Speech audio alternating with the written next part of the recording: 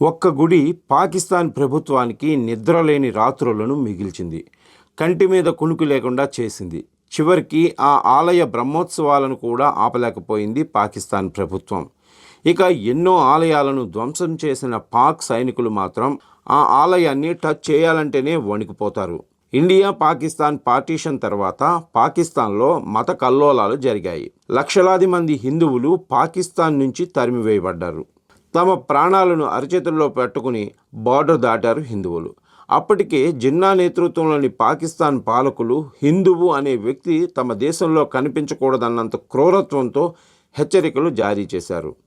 దీంతో స్థిర చరాస్తులను వదిలేసి ప్రాణాలను కాపాడుకోవడానికి అందరూ ఇండియా వైపు పరుగుపెట్టారు. అలా కొద్ది రోజుల మారణహోమం తర్వాత పాకిస్తాన్ పాలకుల చూపులు ఆ దేశంలోని హిందూ ఆలయాల మీద పడ్డాయి. ప్లాన్ ప్రకారం ఆలయాలను ఒక్కొక్కటిగా నేలమట్టం చేస్తూ వచ్చారు. లేదంటే గుడులను మసీదులుగా మార్చుకున్నారు.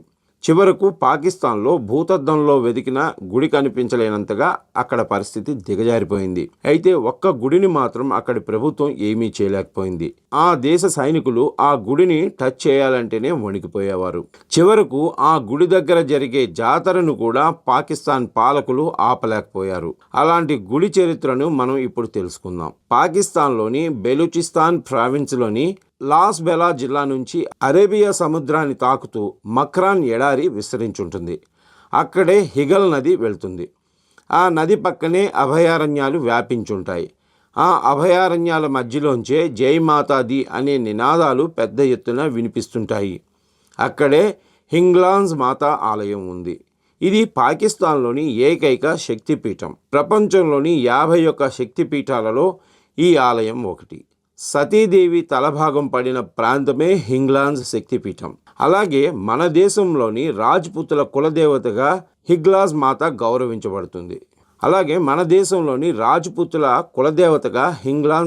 గౌరవించబడుతుంది.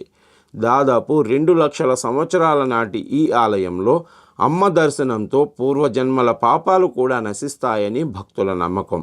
ఈ ఆలయం సహజంగా ఏర్పడిన ఒక చిన్న గుహలో నిర్మితమైంది. హింగ్లాన్స్ మాత ప్రతిరూపంగా ఒక చిన్న రాయిని పూజిస్తారు. ఈ శిలను సంస్కృతంలో హింగుల అని పిలుస్తారు. అందుకే ఇక్కడి దేవతకు హింగ్లాన్స్ మాతగా పేరొచ్చిందంటారు.